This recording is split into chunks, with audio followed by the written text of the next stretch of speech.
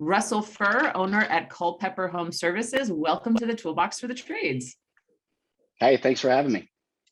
I am so psyched to talk with you today. You've been a guest on the webinar before. You and I actually talked way back when I first started doing content for ServiceTitan. Really excited to chat with you today and all about your small market domination theory and theme that you've led your business. But before we even go there, I'm going to start this podcast the way I do every single one. How did you get into the trades? How did I get into the trades? That's kind of interesting. So I quit high school when I was 16 because I couldn't stay out of trouble and I couldn't pass anything. So I kept telling my mama, just let me go to work. Let me go to work. I was just ready to go to work, So I finally reached a breaking point. She let me just go to work. I got my GED, went into landscaping. Like I was this landscaper helper. And I was living in like Stafford and commuting to Northern Virginia at like 16 years old in this old like rickety Mustang that was like driving a freight train. And I did that for like, I don't know, handful of months, 6 months or so maybe. And then a buddy of mine actually, he had gotten out of school like 2 years ahead of me. So he had already graduated and he was already had a job working as a plumber's helper in Alexandria. And we were good friends, and he was like, hey, we got this opening up here. You should think about, coming up and taking advantage of it. And I was like, hey, man, let's do it. So that's kind of how it happened. And that was in May of 1999. May of 1999, you're what, 16, 17 years old, and you just were like, I just want to get to work, and you got a plumbing assistant opportunity. Yep. I was 17 at that point. I was 17 at that point. Nice. And how did you tell me about the progression from assistant to owner where you're at today? That's a long road. Take me down it. Take me down it, Russell. So, started off this old school company that's been around since like 1947 called Kesterson Plumbing. They're right there in Old Town Alexandria. It was all old school dudes, man. They'd all been around, with the company for like 20 years. And it was only a handful of guys, probably 6 or maybe 8 guys. We had this underground division where they did a bunch of digs. They were doing sewers and water services all the time and breaking up floors in those old houses up there. So that's where I started off. I started off in the trenches, on the sewer crew, digging sewers, breaking up floors, humping heavy buckets of, concrete and gravel and that sort of thing. And then from there, I did that for a handful of months, 6, 8 months or so. And then from there, I went off into being like the remodel kind of side of the company to be a helper there. So I also have one job all day long, drilling holes through joist and, carrying pipe and this sort of thing like that, and running pipe eventually and that sort of thing. But it really wasn't my thing. I had kind of dabbled in service along the way too. And I like service a lot better. So after I spent a little bit of time there, I don't think I was very good at that either, by the way. I think the guys they kind of gladly gave me up. Like, this dude kind of sucks. Y'all should, put him over in service or something. So I think that may have been kind of how it happened. I don't remember, but then I got into service and I just loved service, man. I love working with the customers and I love kind of going in, multiple jobs per day and kind of always being on the go. That kind of fit my style, a lot more. And I learned from guys that would actually let the helpers do all the work, which was cool because I got hands-on training and I was always very eager, like, hey, let me do it. So, all in all, that whole period was probably like, it was less than a year. I mean, I was running service calls on my own pretty quickly. And it was like, here's calls, go hop in the truck and and off you go. So, it was like, trial by fire in a sense, just here's some calls, there's a truck and go run them. But back in that day, it was before Google reviews, it was before anything was digital, and it was just a much different world back in those days, So it's not like you could go send a green apprentice to fix a toilet that he screws up and you get a 1-star. It's like, they'd call up and complain. And back in those days, the ownership was like, oh, go screw yourself, because it didn't matter at that point. There was no Google. There was no kind of way for anyone to really talk to anyone, you could talk to your neighbors, but how far is that going to go? So just the whole kind of scene was way different back then, man. It was like, it wasn't about customer service at all. It was about who's the best technician, in a sense, where customer service was not even an element, to consider back then. So it was kind of interesting. So worked there for a little while, and then kind of hopped around a few different companies, kind of doing some different things. I worked for a company, at this point I was a service mechanic. Worked for a company that did home warranty work. So I got to dabble into that, and, saw what a, joke that was basically. Did that for probably a couple years, maybe. And then the company's always like on the verge of going out of business and this and that, and you can't use vendors sometimes, and your gas card doesn't work sometimes. And like, and as a tech and it's an employee, you don't put those things together. But that's kind of like what that was like. And and then 2008 happened, like the housing crash, whatever, the economic downturn. And then at that point, I was like, I need to get my master's license. I'd been in it for about 10 years at this point. So in Virginia, if you have 10 years in the trade, it makes you eligible to take the master exam and just bypass everything else. And that takes me back to another thing. Early in my career at that first company, they put me in plumbing school, which school's not my thing. I think we've established that already. I think I spent about a month in this. I think I spent about a month in this plumbing school and quit. I was like, this isn't for me, man.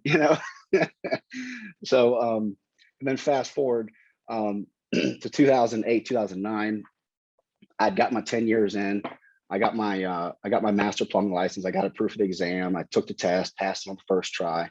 And at that point, I was a master plumber. I was like, sweet, So then I kind of go work for another company. It was actually McCarthy Services in Springfield, Virginia.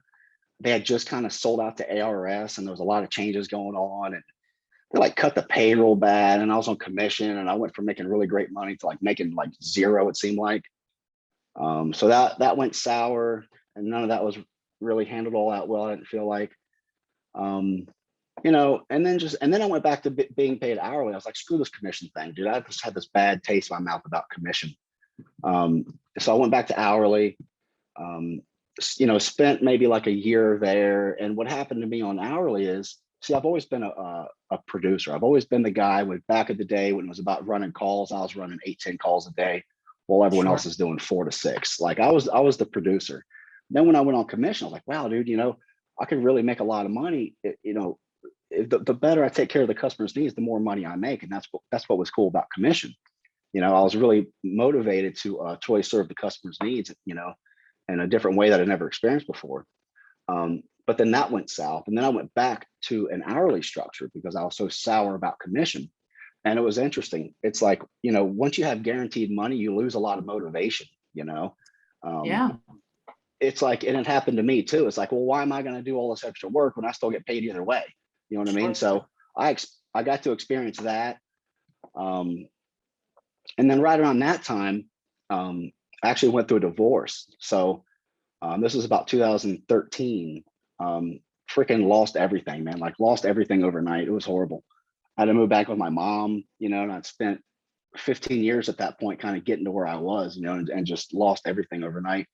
And then I met my current wife about 2 months later. She was living like an hour south of Charlottesville, which was like 3 hours away. Right. So, yeah. So, and actually I was driving down there and then staying down there and then driving to Northern Virginia. And then I got a job down in that area so I could, be closer to where I was living at the time, So I'm working down there, and I mean, down there in that area, there's no like premier type of companies, there's not a company out there that really it was a good fit for me in a sense. Like I needed to really be in that like Northern Virginia Metro DC market to find a company that I could really excel at. And after I kind of felt that situation through,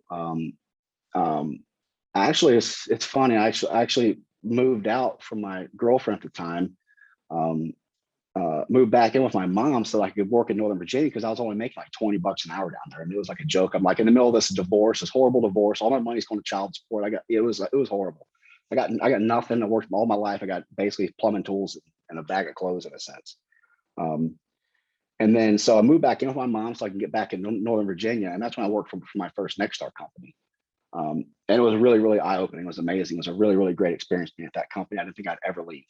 And then at that point, my girlfriend at the time, I was like, well, we don't want to, break up or whatever. So what happened was I was like, well, what about Culpepper? Culpepper is there's a town that one of my coworkers lives in, and he works up here in Northern Virginia. And when you look at the map, it's like halfway between Northern Virginia and Charlottesville, where my, girlfriend at the time, wife now, where she was working. And I was like, let's go check out Charlottesville. Maybe we can get a house there and kind of like settle down there. So we did. And we go to Charlotte's, Culpepper. We're looking around, and we find a house, and we moved to Culpepper. So then we moved back in together, and now we kind of start rebuilding our lives, in a sense. And then I worked for that Nexstar company for like 3 more years after that. And then, I'm always like trying to get higher in life. I'm always trying to see, get to the top, so I'm trying to get to the top. But this philosophy existed in this company that technicians can't be managers, Oh. and for whatever reason, I don't know. That's a whole rabbit hole I could go down too. But so that philosophy existed, held back a guy like me. I was able to kind of move up the ladder and go into a HVAC sales position because, being a top producer, I know how to serve customers and take care of customers. So, a transition from a technician to a sales role was kind of like a natural sort of progression. So that's what I did. And I did that for about a year. And it was, I didn't know anything about HVAC. I've been a plumber my whole entire life, So I went into that, taught myself everything I need to know about HVAC or enough to kind of get going. They sent me to training and that sort of thing. And being in HVAC sales is a major commitment. It's a lot different than being a technician, because being a top producer, I could like call my own shots in a sense. I was a great employee. I followed every process, everything to the T, man. I was like, I would love to have a bunch of guys like me, because not only did I produce, but I followed the processes, and everything they set out, man, I just did to a T, man. I was so happy. I loved working there. And I loved excelling, and I loved the recognition I would get. There'd be a contest for whoever can sell the most memberships, and I'd have 3 times as many as everyone else. Like, you give me a goal, man, and I crush it, Mhm. So that's how that was. So I went into the HVAC sales, spent about a year there. And at the end of the day, I made pretty much the same money as I made in the plumbing truck. And I was like, well, why am I putting in all this extra effort, all these extra hours, working all these Saturdays and doing all this and doing all that, and hanging around till 5 o'clock when this customer can only be home to bid their 4 systems, and then they're just going to shop it around. And I was like, I may as well go back in the plumbing truck, make the same money, and be off by 2 o'clock every day. You know what I mean? Sure. So that's what I did. Like the fourth quarter of that year, I went back into the plumbing truck. And then after the year concluded, I was like, this just ain't working, man. This just isn't working. And at that point, I remember laying in bed at night, and it was probably like, I don't know, I'd gotten my W-2. I knew how much money I made, but when I got the W-2, it really solidified. Like, yeah, this isn't working. I got to do something else, And I remember laying in bed, and there's like Culpeper Home Services was just rolling around in my head. Culpeper Home Services, Culpeper Home Services, And I was like, this is what I got to do, So I incorporated. Leaving the company was very, very hard. Like it took, like, we had a lot of meetings, and it was almost like a divorce, man. It was really, really hard because we both loved each other. I loved the company. I never planned on going anywhere. But it's just what had to happen, for me to take that next step in my life. So 2018, February 2018 is when I started the Culpeper Home Services. From nothing. I had nothing. I was broke. I didn't have anything. And that's how I started it. Thank you so much. You completely answered my next question, which was going to be, when did you get your entrepreneurial seizure? And it sounds like it visited you in a dream, essentially. But the kind of like big picture things I got from that really detailed history, which I so appreciate, is you're goal oriented. You need to keep growing, and you're basically a natural business entrepreneur. So I think you made the right call, Russell. Really. And I want to get into Culpepper, and you kind of hinted at what I really want to talk about on today's episode, which is you kept seeing, like, in places like Culpepper, they didn't have those Nexstar level companies. They didn't have like those really the kind of companies that you as a high performing tech wanted to go work at in these small markets. And when you opened Culpepper, you really saw an opportunity to create a phenomenal business in a small market. Is that correct? That's absolutely correct. I was like, I need to create my kind of business that I would like to work at as a technician in this small market because one doesn't exist. Yeah. And you also mentioned housing costs and all of the other things that go into the benefits of being in that small market, which we'll touch upon shortly. But before we do, can you just give us a breakdown of Culpeper Home Services as it is today? Like, what kind of work do you guys do? How many techs and locations do you have? Yeah, so we just have a single location. I started in 2018, like I said, working out of my house. Like I said, I started it from nothing. And so I started the company with a few $1,000s in the bank that I had from a tax return that I'd gotten. And I went out and bought a van. I financed the van. I got the T-shirts and I got the paper invoices from Staples or whatever it was, and I had some business cards made and just some basic stuff just to get going because didn't have any truck stock. I had an empty truck. I was like, well, I'll just kind of build it as I go. And then I kind of just started off doing that. And what I started off doing was really just hammering Facebook because, one thing about Facebook is that I can hammer my audience right now. Like I don't have to wait for them to go looking for me.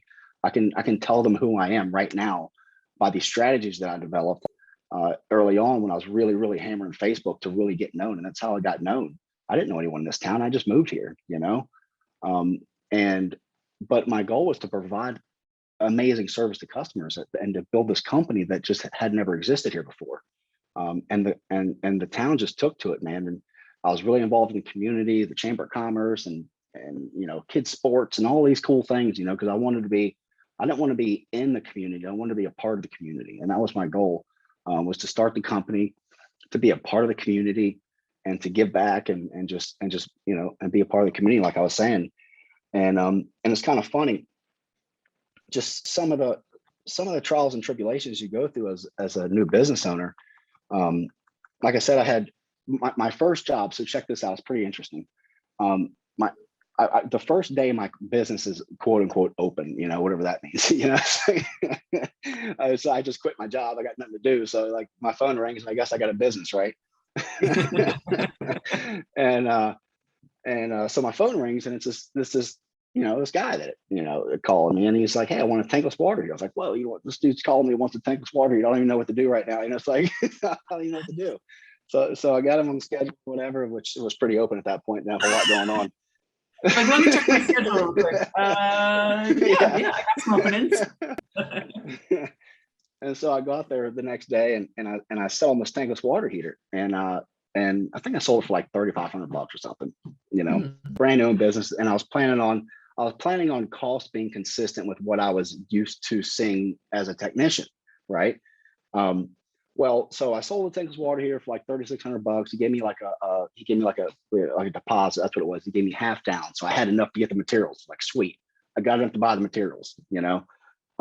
Well, I go to the little Ferguson that was in town, and the shit was like $2,500. I'm like, why does it cost so much? And it's like, well, I didn't have an account set up. I didn't have any sort of special pricing or anything. And it's like, well, dang, dude. So it's like I almost went out of business before I even got in business. It was the craziest thing. So somehow I had this personal credit card. I put it all in this personal credit card. Like it's my only option. So I put it on this personal credit card, and I went, got everything and went and did the job and collected the half of the money. It's like, whew, got that one done. And then shortly after that, maybe like a week after that, I was doing like a handful of calls a day. It was pretty cool. I was doing like 2-3 calls a day right off the bat. So it's pretty neat. I didn't have a lot of downtime. I was only not working about 1 day a week. It was pretty much, off and running from the get-go, which was pretty cool. And I knew how to price from the beginning, aside from that tankless water heater, of course. But and after about 2 weeks in, I had gotten my pricing kind of like where it needed to be as far as what I thought it needed to be. Still didn't have any cash because you still don't really have any money at this point. So so I go to the Ferguson to get some truck stock, and at this point I had filled out a credit app. After that whole fiasco with the tankless water heater, I filled out the credit app with Ferguson and submitted it and yada yada yada. They said they'd call me or whatever. I thought everything was good to go, so I go to the supply house to get some truck stock, and I put some stuff on the counter and kind of walk around, grab whatever I thought I might need just to get me by. Put it on the counter, and it's like $500 some worth of stuff. And she's like, "Oh, your account wasn't approved." I'm like, "My account wasn't approved." I'm like, "Well, I don't got $500. What am I, you know?" So I had to like just turn around and walk out, leaving all leaving all my stuff laying there. And I was like, "Well, now what? I guess I got to go sell more," you know. So so that's kind of like, the hurdles. And I would never tell my wife that, because my wife was freaking out as it was, Oh, that sure. basically I didn't have a job. I didn't have a job basically. So she's freaking out as it was, and I'm like, "Oh, everything's fine, everything's fine." And I never told her these things until later on, and now we laugh about it. Oh my But that's kind of goodness. what it was. That's just kind of like what it, and then I ordered these t-shirts from Vistaprint, and they were horrible. They were the ugliest darn things. They were too small, that because you design them online, but then they come and it's like, that's not what I designed, but I'm broke. What am I going to do? So I'm wearing these embarrassing shirts. It was a mess. It was a mess. But I kept charging forward, man, and that's kind of what the first handful of months was like. Oh But my now goodness. now we're plumbing, electrical, HVAC. We're gonna do 3.3 million this year, which is pretty cool. Double-digit net profits. So things are decent. I added 6 trucks to the fleet this year, and all that. And so yeah, that's kind of where things are now. That's amazing. I want to, one, just applaud you for your candor, because I really think that when we talk about starting your own business, people are sometimes hesitant to share those really embarrassing stories, but that's how it all is, right? Like whenever anyone does anything new, we always make those big mistakes like that. And I have a bunch of different examples in my personal life that I could give you, or in my career, where I did something very similar. Wait, my account wasn't approved. All right, guess I'm going. Yep. So thank you for being so honest. And 3.3 mil in 2018 is when you started. So we got 2018, Yep. 19, 20, 21, almost 4 years. And one of those years was a pandemic year. And you also, just to make sure everyone here knows, you started plumbing only, and now you're up to electrical and HVAC, which is, I think, pretty commendable in just a handful of years. So why don't you tell me a little bit about how you quickly opened up to those different verticals within that short period of time? Because I imagine, we're working in a small market, right? There's only so many people you can service. So naturally, the way that you expand is by offering more services. So can you tell me a little bit about the strategy you used to open up to those new verticals, and how you were able to use that to achieve a pretty decent amount of growth in a small amount of time? Yeah. So year one, I did like 390,000. I think it was like from February to the end of the year or whatever. So I did like 390,000, something like that. But I always had this vision of electrical and HVAC and everything under one roof, because of course we're in the small market, and a great company, it just doesn't exist here yet. So my goal was to bring it to the small market. So then 2019 was year two. That I really went all in, man. Like I'm a guy where I jump out the window, man. I build my wings on the way down, and hope it works. It's like, like I was like, I just had this vision, like I need to be visible. There's this kind of philosophy. It's like, you don't suffer from, when people think you don't have enough calls, it's just because not enough people know who you are. You suffer from obscurity, more so with that philosophy, I was like, I need an office in a highly visible location. Everyone needs to know who I am. I'd already been hammering Facebook, already kind of get my name out there. Like, I got to take the next step and be visible. I need an office like in the most visible location I can find. So at the end of 2018, I started looking for offices in great, locations.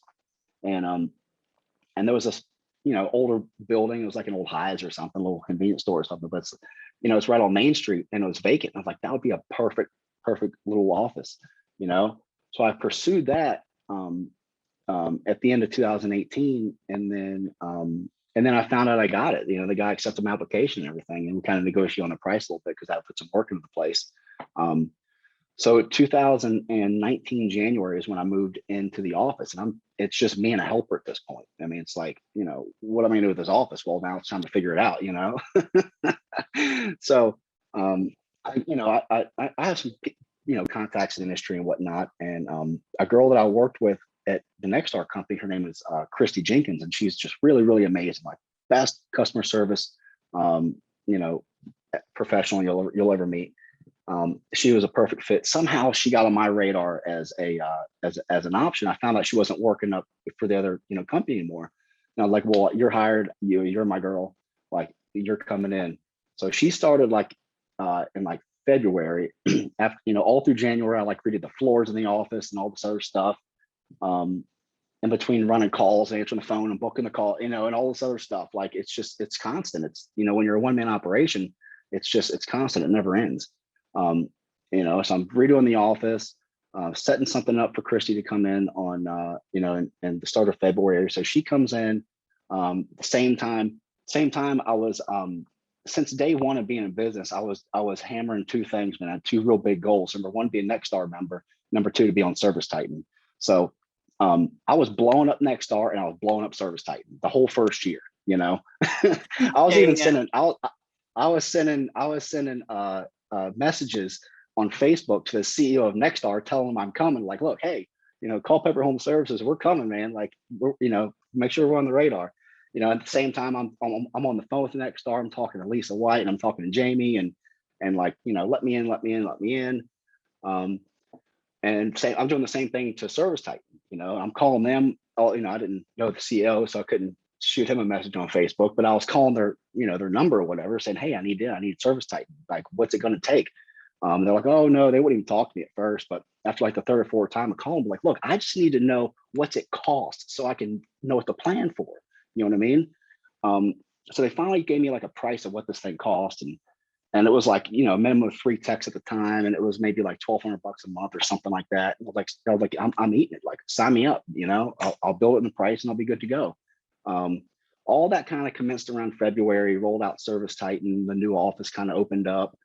And then brought the first technician in towards the end of February. Real good dude. I worked with Jason Richard at the previous company, the Nexstar company. He actually hired me. He was my service manager. He's the best guy you'll ever meet. Super awesome dude. He, of course, wasn't service manager at this point. He'd moved on to another company, was doing something else. But I really wanted him because, number one, you got to have high character people, and he's a high character guy. Had to have him. So I got him on board, bought a truck for him, bought a brand new truck for him, financed it. Like I said, I'm just going all out, man, pedal to the metal. Like, and I got hardly any money in the bank. And I remember laying in bed at night, just wigging out, man. Like, oh my God, like just freaking out, man. Of course, I'm not telling the wife any of this because she's freaking out worse than I am, And, you're just running on anxiety at this point. pretty much, man. And that was like February. And then I'm bringing my second technician in April, this other guy that I knew, and handed my truck off to him. And that's when I came out of the field. And then brought in another plumber, maybe like July-ish, something like that. At the same time, around that summer, that 2019, I was approved to take the master electrical test. And so I went and took the test, passed it first try, read the book, but, didn't really understand a whole lot of it. It was really like foreign concepts to me, but my focus was to learn how to pass the test. Like, that was the thing. Don't really focus on learning the content, but just learn how to pass the test. So I passed the test. Electrical started 2019. I had a truck ready to go. I found a guy, found a technician. I had already had the phone ringing for it because I had added the electrical services to my Google page. So the phone was already ringing for it for, most of the year, and the CSR would just say, hey, we're not quite there yet. Call so-and-so across town. They'll take good care of you, So the phone's already ringing for it. So that's the key, is get your phone ringing for it first. Don't get your truck and your technician and now try to get the phone ring. I mean, it's going to take forever. They're not going to have anything to do. Get the phone ringing first. Farm them out to a guy across town. I'm not looking for any kickback or anything. It's not the way I roll, dude. Just take care of the customer. So that was like September.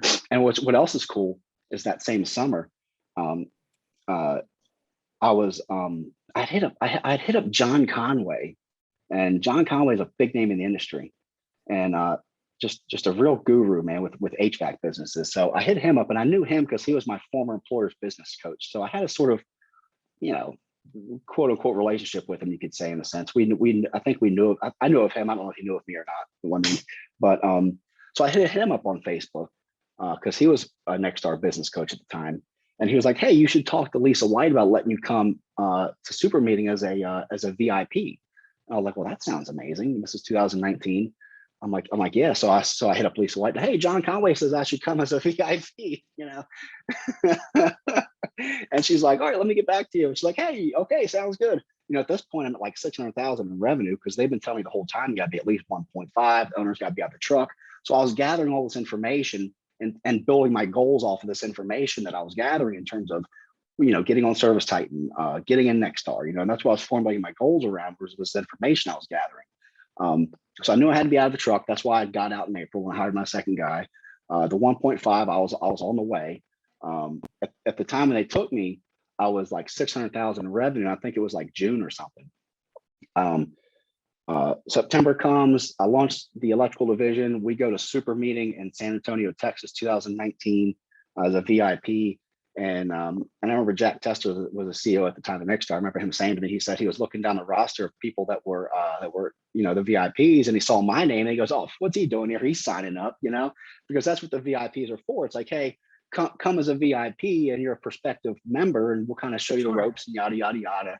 You know, some sign up, you know, some don't, whatever. But he said he saw my name. He was like, oh, you know, he's signing up. What's he doing here, you know? So, of course, I signed up. It was just an amazing experience, man. It was a really, really, really amazing experience. And, you know, to finally reach that goal was a big, big deal.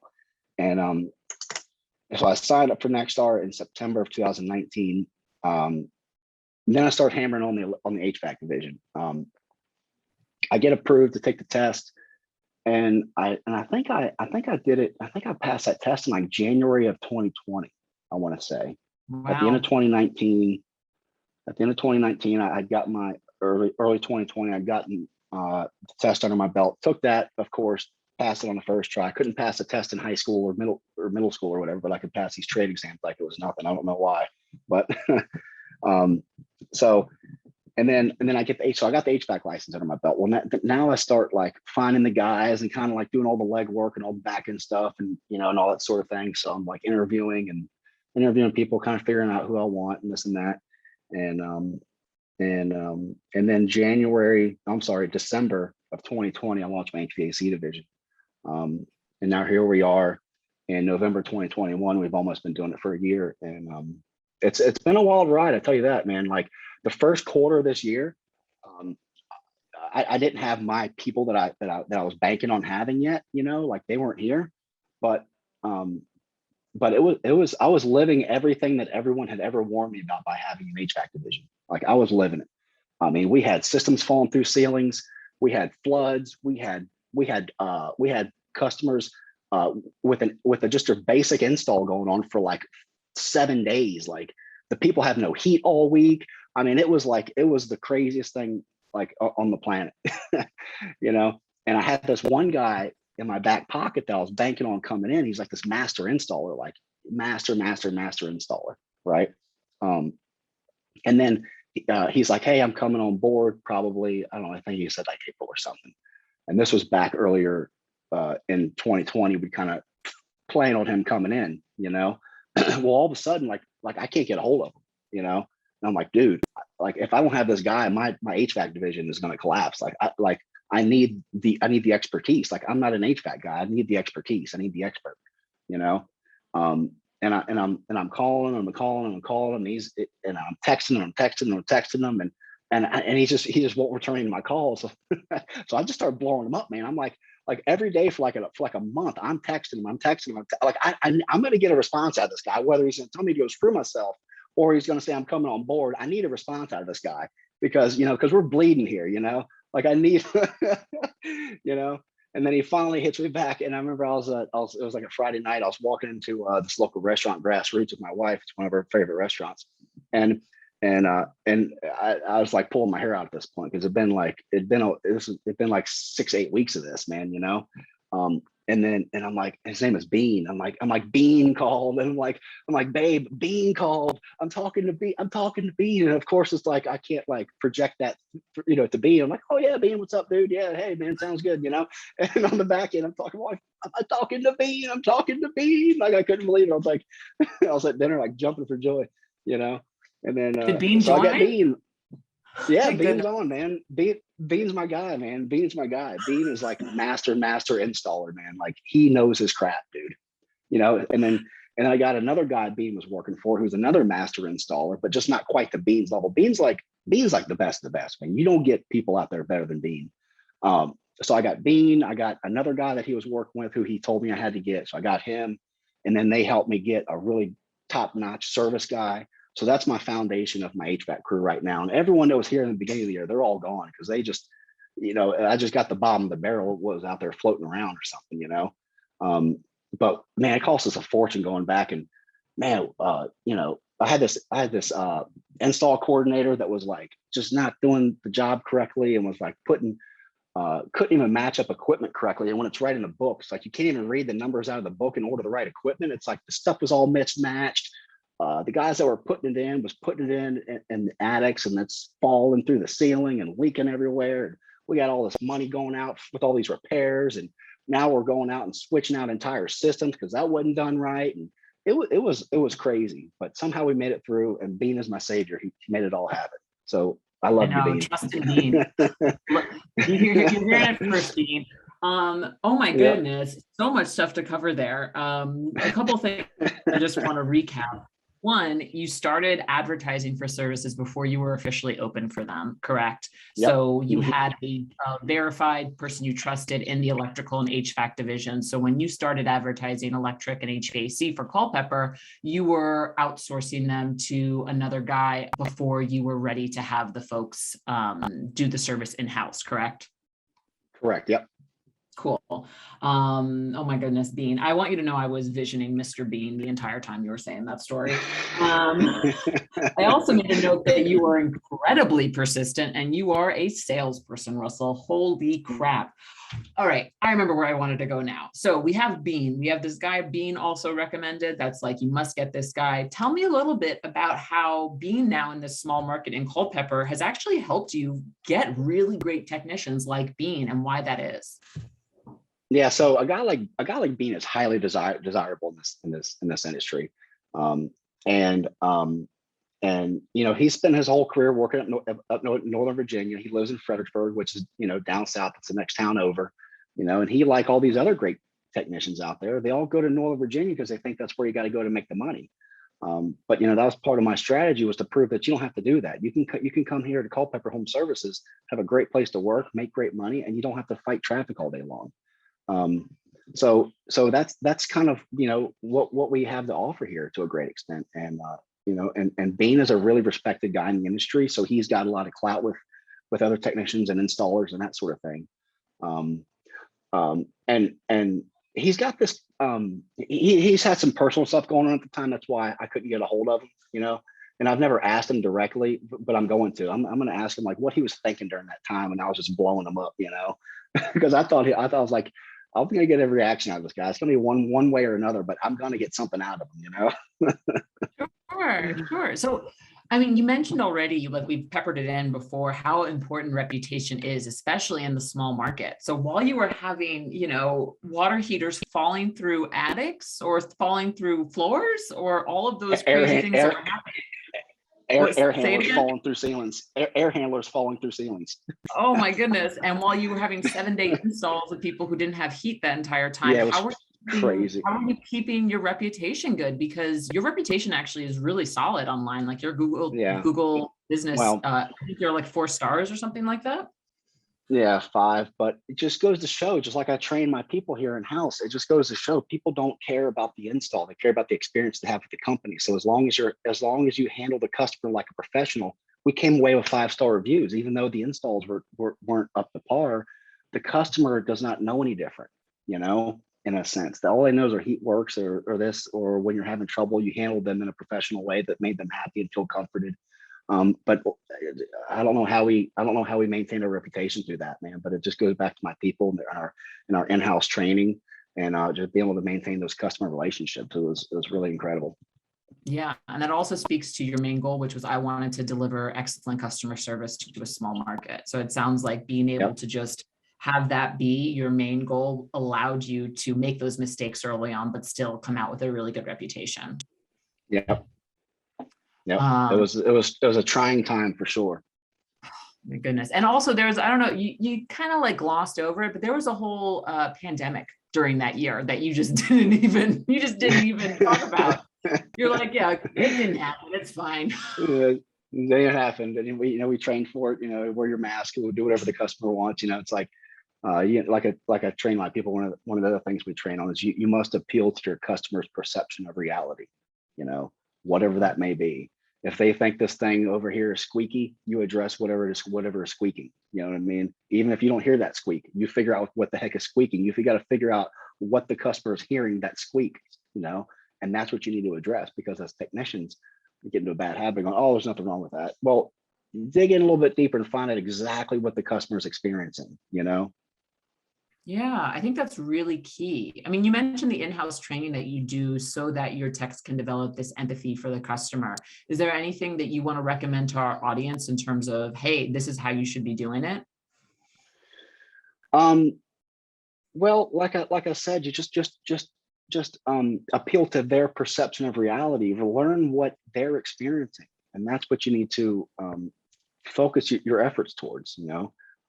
That's what I enjoyed being, doing in the field so much, was just interacting with the customers and learning what their needs were and what they needed. And that's what I did, is I served their needs, not mine. And that's what we always need to do, is we always need to appeal to your customer's perception of reality, because it's going to be different than yours. Yeah, I 100% agree. Another thing I really want to call out here is that you used becoming a Nexstar member and getting ServiceTitan as these goalposts for you to grow your business. I'm fascinated by how someone just starts a business and grows. And I really appreciated the way you broke down those goals. Was that just something that you created for yourself, or did you learn that strategy from someone else? Well, number one, success is a blueprint. Just follow what everyone else is doing, but innovate and do it better. So, all right, what are these big companies doing? They're Nexstar companies and they're on ServiceTitan. So that's where I need to be. I experienced it myself with my former company. Experiencing that with my former company, I knew that that's where I needed to be, because what it did for me as a technician, I feel like all that stuff just kind of polished me up and really made me into a true professional. I felt like all that just made me a true professional, with the Nexstar, the training and everything that they teach. And then being on ServiceTitan, it was not anything I'd ever experienced before. I was like, this is the way real companies operate, So I knew from day one, those were the two things that I needed. And then I had to figure out, what are their goals? What are the parameters I've got to meet to get there? Yeah, I love that. I mean, one of my questions I was going to ask you is, tell me about the challenges, but you've already told me about all the challenges. Like, you were so open with it, man, and I love it. Obviously, you've done a tremendous amount of growth just in these 4 years. So we're starting to wrap up here, but my big question for you is, like, what's next for Culpeper Home Services? What's the next thing you've got your eye on? Well, we're going to do 3.3 this year, and next year I need to do 6. So strategizing how I'm going to get there. That's the big one. Good thing is I've got the capacity. I've got trucks. I brought in a bunch of guys, bought a bunch of trucks. Most of the guys didn't work out. They just didn't, fit the company, you could say, or whatever. But, so I've got a handful of trucks that need filled, that need drivers, and there's the capacity right there. That plus gaining more market share in outside markets. So I'm just kind of strategizing right now. Here we are at the end of 2021. So I'm strategizing for next year to figure out, what do I need to do to get there? And I always set big goals that I fail at, because if I set my goal at 6 million and I get to 4.5 or I get to 5, well, that's a whole lot better had I set my goal at 4.5 or 5 and only gotten to 3, so I always set the goals higher so that it gives me more to achieve and more, it makes me work harder for it, basically. Nice. Very cool. I'm the very opposite. I find hard to reach goals very discouraging, but you and I are not the same person, and that works for you. And that's super cool. I have a couple more questions I want to ask you. And again, just want to call out, I did very little talking on this interview, and those are honestly my favorite. So thank you for making my job super easy today. What I'm really getting is, you are a top performing technician who had his entrepreneurial seizure and now is starting his own business and is working his butt off to make sure that it works. So I applaud you. I have a feeling that you have a really interesting answer to this question, which is, what's your most controversial opinion on the trades? Controversial opinion on the trades. Well, I kind of touched on it earlier where, this kind of philosophy exists where technicians shouldn't be managers because, in the way it was explained to me was that, technicians, like to build things and they like to do things with their hands and do this and see a result of their efforts and this and that, which it's all total BS, man, because there are some very, very, people in high places in this industry that started out as technicians. So it's like, you're trying to tell me that so-and-so can't be a manager and so can't be a manager and this other person can't be a manager. So it just, I don't know. It's like people need to stop listening to what they're told and see things with their eyes more. I agree. And also stop putting people in these like categorizations and maybe just start asking people like, hey, what do you want to do? Because I wonder if, you mentioned that one Nexstar company that you never thought you were going to leave. I wonder if they had actually given you the opportunity to be a manager, you probably would have stayed there. Absolutely. All I was looking for is opportunity. Yeah. Yeah. Interesting takeaway to our bigger companies listening who are trying to make sure that their best techs don't leave. And I think for you, it was, you needed more opportunity and a chance to grow. For other people, it may be something else, but definitely talk to your folks and see what motivates them. Absolutely. Awesome. 100%. And, and if a guy is, performing really well and he's a great employee, man, try to figure out a way for that guy to make the other people perform in the way that he is. That's what I wanted to do. Is I wanted to get everyone else doing what I was doing, because I saw the bigger picture there. It's about the company. It's not about me. It's about the company. And I felt like if I could have, had some influence over the other technicians and got them performing more like I was performing, then it could have been a totally different company. And I mean, who knows where things would have been. Yeah, exactly. Is there anything we should have talked about that we didn't? Geez, I don't know. We pretty much covered my whole entire 20-some year career. I know. I really appreciate it, Russell. It was super entertaining for me. I have a couple rapid fire questions and then I'll let you go. Sound good? Yeah, sure. All right. First one, how do you take your coffee?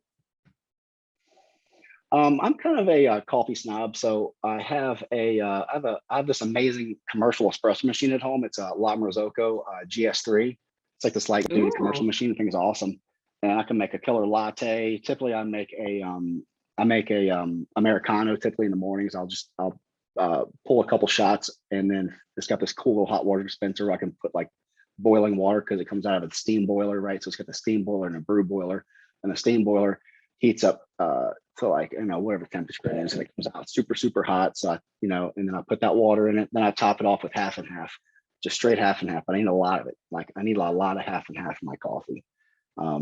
So I don't do any sugars, no sweeteners, no flavorings, none of that stuff. I'm kind of a health snob at the same time as being a coffee snob. So I stay away from the sugars and stuff.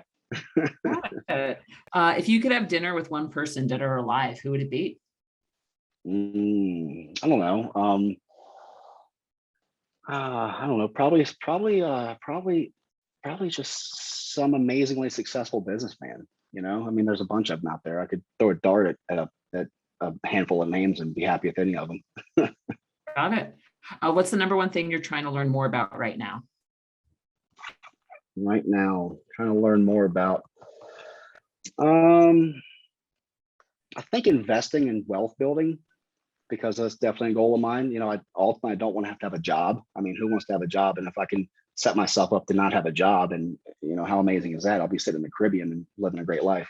So, I'm just trying to figure out how to get there right now. Got it. So speaking, this is actually a perfect segue into the next question. If money weren't an object, so you had unlimited resources, what's the first thing you would do? Money was no object and it was unlimited resources. What would I do? I don't know, probably put a whole bunch of cash into my business and then hand it off to my leadership team and go off to the Caribbean. Caribbean's real nice. I like that as a destination. All right, a couple more. What podcast or book recommendations would you like to make to our audience? A book that was really cool, man, that I read back in like 2013, I want to say 2014 maybe, is 48 Laws of Power by Robert Greene. That's a really cool book, man, because he goes through like basically like how to handle situations, but then he gives it like historical context in terms of like historical events and things like that. And it's just really neat. And like one of the laws in there is for instance, it's like protect your reputation with your life because it's all you have, and it just gives a historical context with some story that happened maybe in Roman times about which illustrates that law. And it's just a neat book because by reading stuff like that, I don't know, it just gives you a different perspective on things and helps you develop as a person. I love that. What's the number one thing every contractor should do to run a successful business? Don't bill anybody. If you're billing people, you're doing something wrong. Work and collect, Noted. work and collect. Cash flow positive. Awesome. Russell, thank you so much for this super entertaining interview and for your time. I wish you the best of luck, my friend, on the 6 million goal, and I look forward to talking to you again soon.